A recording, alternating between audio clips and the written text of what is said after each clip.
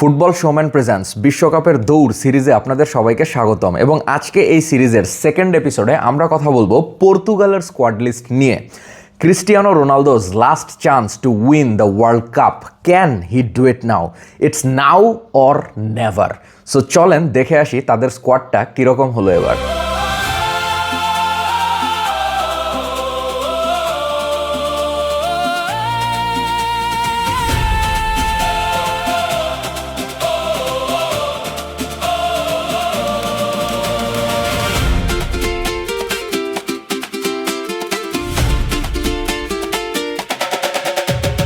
প্রথমে চলে আসি গোলকিপার লিস্টে। রবার্তো মার্তিনেজ পর্তুগাল স্কোয়াডে 4 জন গোলকিপার রাখছেন। সো এটাকে আমি পার্সোনালি কখনো লজিক্যাল মনে করি না, কারণ 3 জন গোলকিপার আমার মনে হয় মোর দ্যান ইনাফ।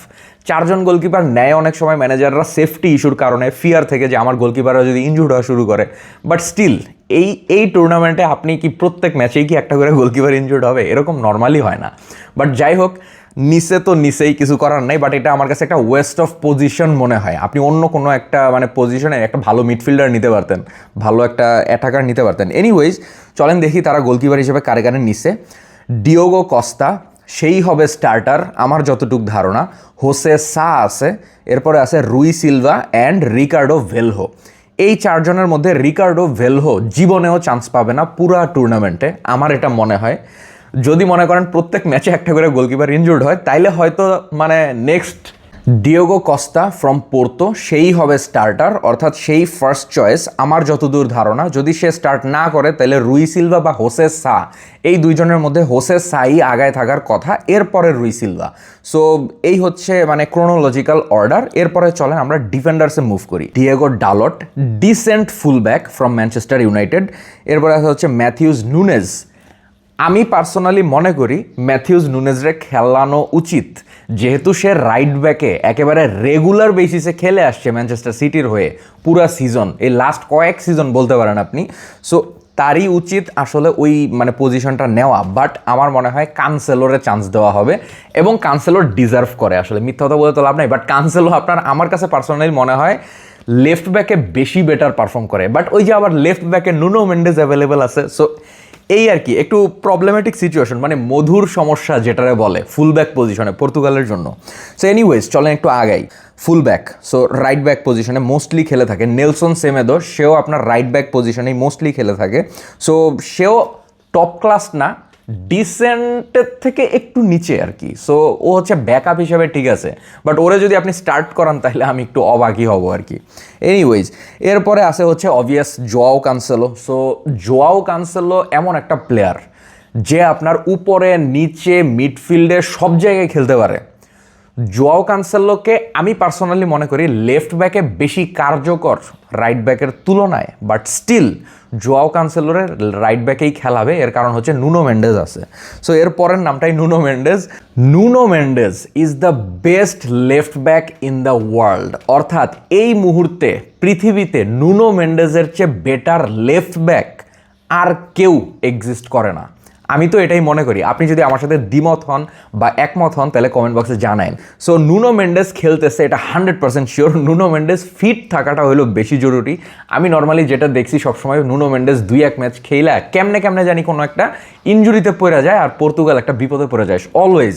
এরপরে আসে হচ্ছে আপনার Goncalo Inacio from Sporting, I guess, yes.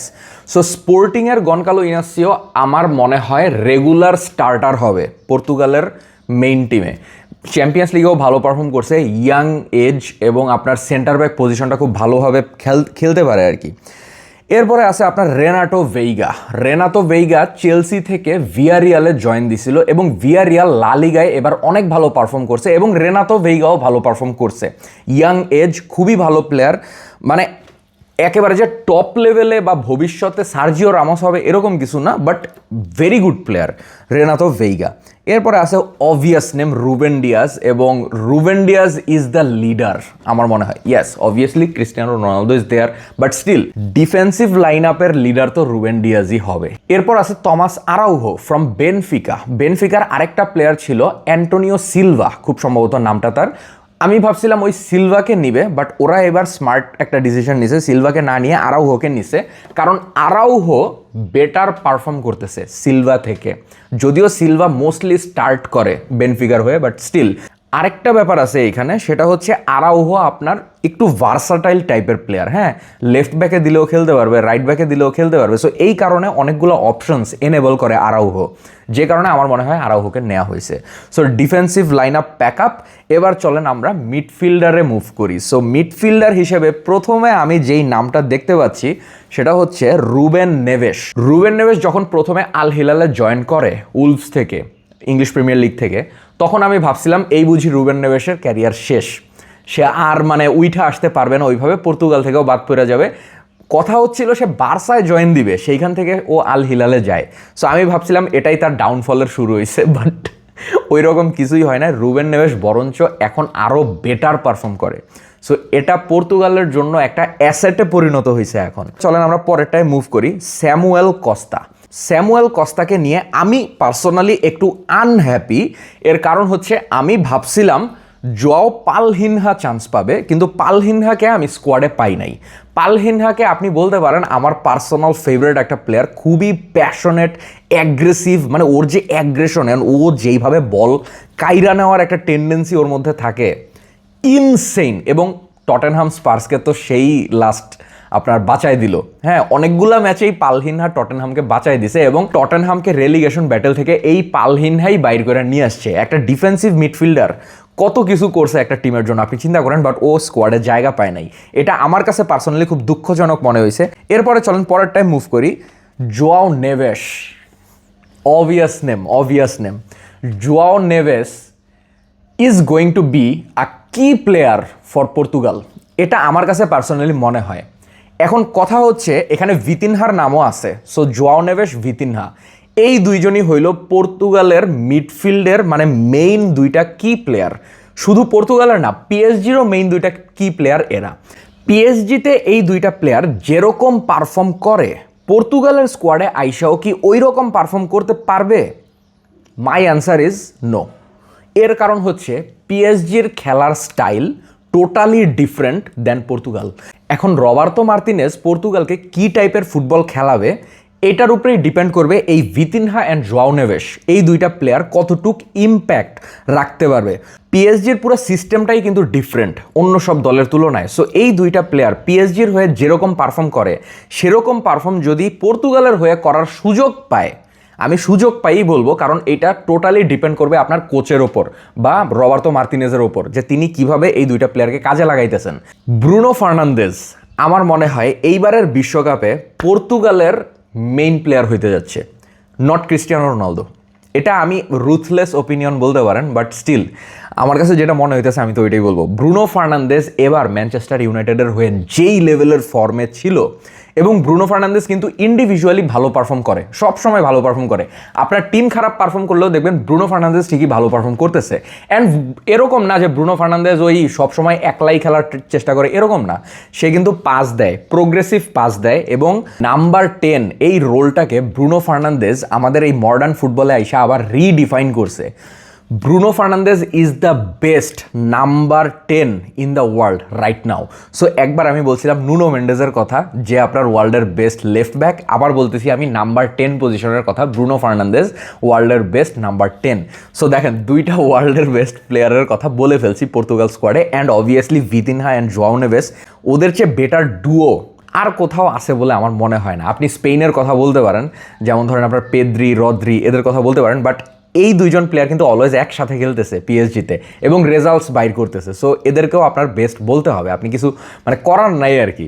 আর্জেন্টিনার কথা অনেকে বলতে পারেন, বাট দেখেন এনজো ফার্নান্দেজ, ম্যাকালিস্টার ডিফারেন্ট টিমে খেলে, হইতে পারে তাদের মধ্যে কম্বিনেশন ভালো এবং আরও অনেক টিম থাকতে পারে, বাট স্টিল পর্তুগালের যে মিডফিল্ড ট্রায়ো আমি দেখতেছি, এরা যদি ঠিকভাবে কাজ করে তাইলে পর্তুগালের জন্য বিশ্বকাপ জেতাটা ইম্পসিবল কিছু না। যদি অ্যাটাকিং লাইন আপটা ঠিকভাবে কাজ করে না, তাইলেই পর্তুগাল মনে করেন যে সব টিমরে ধৈরা একেবারে মানে চাইপ্পা এরপরে কী যে করবে। এনিওয়েজ, পরেরটায় মুভ করি। এরপরে আছে বার্নার্ডো সিলভা, অবভিয়াসলি খুবই শান্তশিষ্ট এবং কার্যকর প্লেয়ার আপনি বলতে পারেন। যখনই টিমে কোনো বিপদ দেখা দিবে তখনই দেখবেন বার্নার্ডো সিলভা এসে হাজির। বার্নার্ডো সিলভাকে পার্সোনালি আমি খুবই পছন্দ করি এবং সে এমন একটা প্লেয়ার, খুবই ক্লিনিক্যাল এবং বুদ্ধিমান প্লেয়ার আপনি বলতে পারেন। যখনই টিমের জন্য যেটা করা দরকার তখন সে সেটা করে, ড্রপ করার লাগলে ড্রপ করে, রাইট ব্যাকে খেলা লাগলে ওইটাও খেলবে, রাইট উইংয়েও খেলতে পারে, অসম্ভব লেভেলের ভার্সাটাইল প্লেয়ার। সো মিডফিল্ড একেবারে সলিড। পর্তুগালের midfield considerably the best midfield in the world cup right now. এটা একেবারে সলিড। ওদের মিডফিল্ডের ডেপথ অনেক বেশি, ব্যাকআপ প্লেয়ার অনেক বেশি। এখন এই মিডফিল্ড থেকে স্টার্ট করতে পারে কারা? আমি খুশি হব স্টার্ট করলে Vitinha, João Neves and Bruno Fernandes. এই তিনজন যদি স্টার্ট করে পর্তুগালের মিডফিল্ডে তাহলে আমি খুব খুশি হব। এখন জানি না, কোচেরা অনেক ট্যাকটিক্যাল পরিবর্তন করে, সেই হিসাবে আপনার রুবেন নেভেস চান্স পাইতে পারে, অথবা বার্নার্ডো সিলভাকে আপনি কোথায় খেলাবেন সেটা আপনার ফিগার আউট করতে হবে। Bernardo Silva can be placed in the right wing. Anyways চলেন অ্যাটাকার্সে মুভ করি। সো অ্যাটাকার্স হিসেবে প্রথমে আমি দেখতেছি জোয়াও ফেলিক্স। জোয়াও ফেলিক্স আল নাসেরে যাওয়ার পর যেন ওর রিবর্ন হয়েছে। সে একেবারে বেনফিকায় থাকতে যেরকম খেলতো, যেখান থেকে সে অ্যাটলেটিকো মাদ্রিদে আসে, অ্যাটলেটিকো থেকে পরে মনে হয় চেলসিতে যায় লোনে খুব সম্ভবত, এরপরে লোন থেকে আবার ব্যাক করে মাঝখানে বার্সায় যায় খেলে আসছে, খুবই রঙিন ক্যারিয়ার ওর। এরপরে ফাইনালি আল নাসেরে যায় থিতু হয়েছে এবং ওইখানে খুব ভালো খেলতেছে, এটাই হচ্ছে ইম্পর্টেন্ট। এরপরে আছে Trincao from Sporting. Trincao is one of the key players of Portugal. এর কারণ হচ্ছে চ্যাম্পিয়ন্স লিগেও ত্রিনকাওকে আমি দেখছি খুব ভালো পারফর্ম করতে। অ্যান্ড ত্রিনকাও কিন্তু স্পোর্টিংয়ে আসার আগে একটা টাইমে বার্সেলোনার প্লেয়ার ছিল। ত্রিনকাও এমন একটা প্লেয়ার যে আপনার অনেকগুলো পজিশনে খেলতে পারে, অর্থাৎ ভার্সাটাইল প্লেয়ার অ্যাটাকিং পজিশনে। নট যে আপনার বার্নার্ডো সিলভা যেমন মনে করেন অ্যাটাকিং, ডিফেন্স সব জায়গায় খেলতে পারে, ওই রকম না, বাট অ্যাটাকিং পজিশনে অনেকগুলো পজিশন সে খেলতে পারে।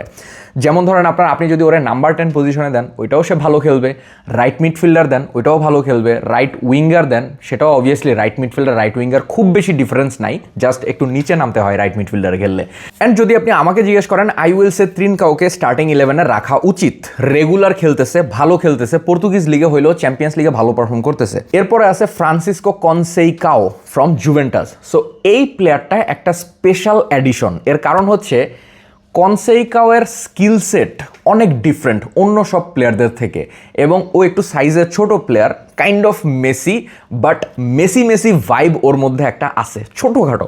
আমি বলতেছি না যে ও মেসি হয়ে গেছে বা ওই রকম খেলতেছে, ওই রকম কোনো তুলনা করতেছি না, মেসির সাথে কারো তুলনা নাই।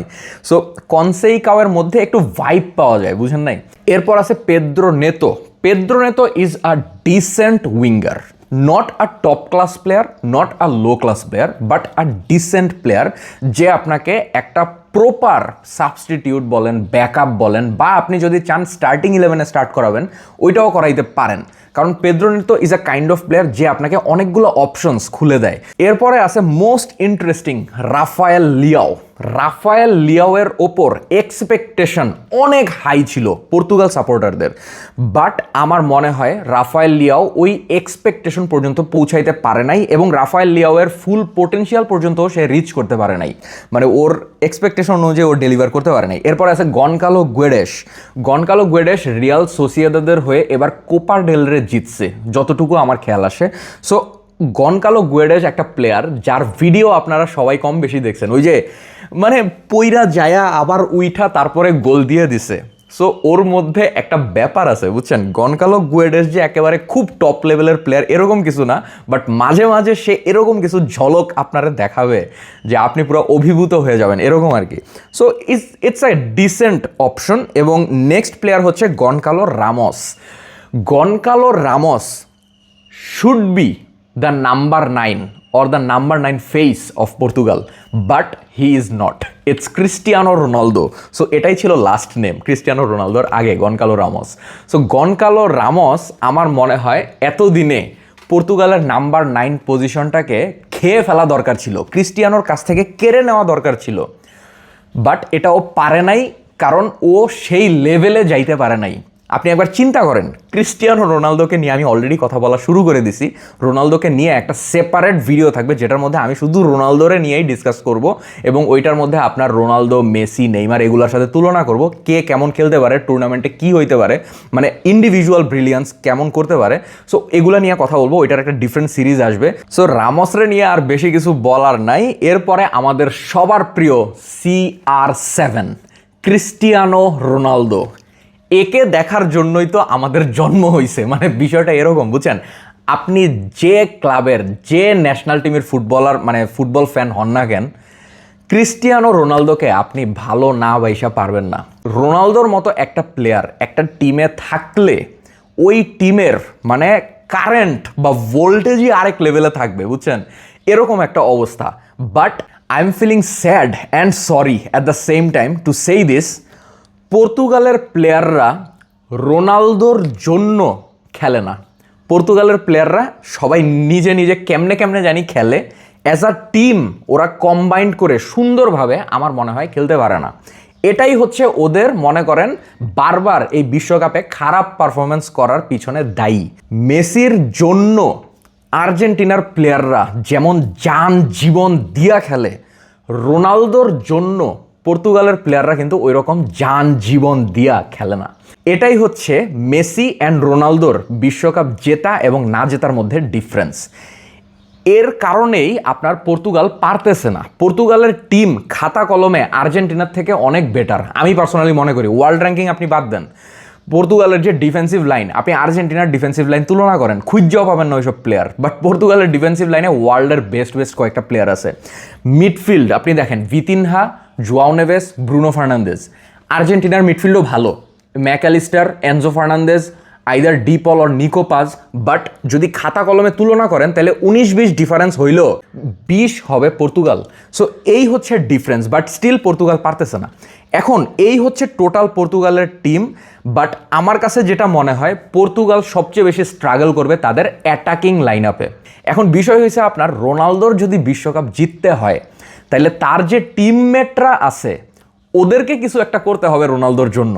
আপনি যদি রোনালদোর কাছে এক্সপেক্ট করেন যে রোনালদো বলটা নিয়ে দৌড় দিবে, এমনি এমনি দুইটা কাটান দিবে, দিয়া একটা মানে কাটিং এজ করে একটা শট মেরে দিবে, এটা হবে না। এটা রোনালদোরে দিয়ে এখন হবে না। আপনি যদি আরও 5 বছর বা 7 বছর আগের রোনালদোরে নিয়ে আসেন তাইলে এটা হবে। বাট এখন এটা আসলে আপনি এক্সপেক্ট করলে খুবই ভুল করবেন এবং আপনার মেজাজ আরও খারাপ হবে রোনালদোর উপর। 40 ইয়ার্সের উপরে হয়ে গেছে একটা লোকের, সে এখনও আপনার একটা মানে পর্তুগালের মতো ন্যাশনাল টিমের নাম্বার 9, ওর চেয়ে বেটার কেউ আসতে পারে নাই এখনও। আপনি চিন্তা করতে পারেন, মোর দ্যান 40 ইয়ার্স ওল্ড, তার চেয়ে বেটার একটা নাম্বার 9 পর্তুগাল নিয়ে আসতে পারে নাই এখন পর্যন্ত। পর্তুগালের যে স্কোয়াড, এদের কাছে যেসব প্লেয়ার অ্যাভেলেবেল আছে এরা কিন্তু চাইলে ভ্যারাইটি অফ পজিশন ট্রাই করতে পারে। যেমন ধরেন আপনার 4-2-3-1 অথবা 3-4-2-1 অথবা আপনার 4-3-3, যে কোনো ফরমেশন এরা ট্রাই করতে পারে, কারণ এদের কাছে এত প্লেয়ার আছে। এখন ফাইনালি আপনি আমাকে জিজ্ঞেস করতে পারেন পর্তুগাল এই স্কোয়াড নিয়ে কত দূর পর্যন্ত যাইতে পারে।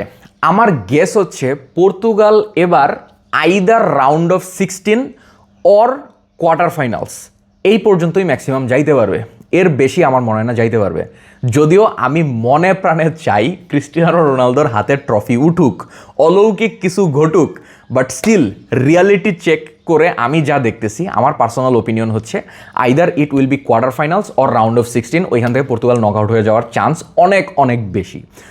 যদি পর্তুগালের সব প্লেয়াররা ক্রিস্টিয়ানো রোনালদোর জন্য বিশ্বকাপ জিততে চায় তাইলে ওরা আরও বেশি দূর যাইতে পারবে। বাট যদি ওরা ক্রিস্টিয়ানো রোনালদোর জন্য না, যা আইসি খেলতে থাকি, আমরা তো নিজেরাই ওয়ার্ল্ডের বেস্ট প্লেয়ার সব, তাইলে এই টিম বেশি দূর যাইতে পারবে না। এটাই হচ্ছে রিয়ালিটি এবং প্রত্যেকবার আমরা এরকম কিছুই দেখছি। বাট আশা করব আমি যাতে পর্তুগালের টিমমেটদের মাইন্ডসেট চেঞ্জ হয় এবং মেসির জন্য যেমন আর্জেন্টিনার প্লেয়াররা করে, হ্যাঁ, ওই রকম কিছু করুক পর্তুগালের টিমমেটরা রোনালদোর জন্য। সো এটা বলেই শেষ করবো আজকের video. Thank you so much for watching this video. Have a nice day.